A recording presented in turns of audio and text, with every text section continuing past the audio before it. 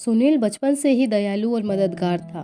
एक बार जब वह करीब 10 साल का था, उसने सड़क किनारे बैठे एक बुजुर्ग व्यक्ति को देखा जो भूख और ठंड से कांप रहा था।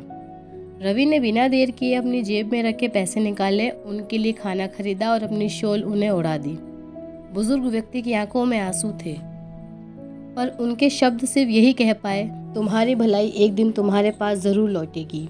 समय बीता और सुनील बड़ा होकर इंजीनियर बन गया। एक दिन जब वह किसी काम से दूसरे शहर जा रहा था, उसकी कार पहाड़ी रास्ते पर फिसलकर गहरी खाई में गिर गई।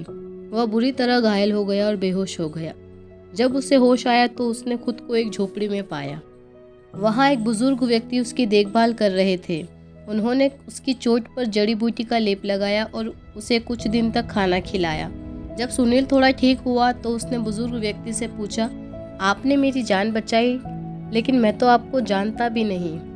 बुजुर्ग मुस्कुराए और बोले, बेटा, बरसों पहले जब मैं भूख और ठंड से मर रहा था, जब एक छोटे लड़के ने मुझे खाना खिलाया था और अपनी शॉल दी थी, उसी भलाई के चलते मैंने हमेशा से यही सोचा था कि कभी कोई मौका मिलेगा तो मैं हमेशा मदद करना चाहूँगा किसी की भी। यह सुनकर लड़के की आंखों में आंसू आ गए और उन्होंने उन बुजुर्ग व्यक्ति से कहा कि वह लड़का कोई और नहीं, मैं ही हूँ।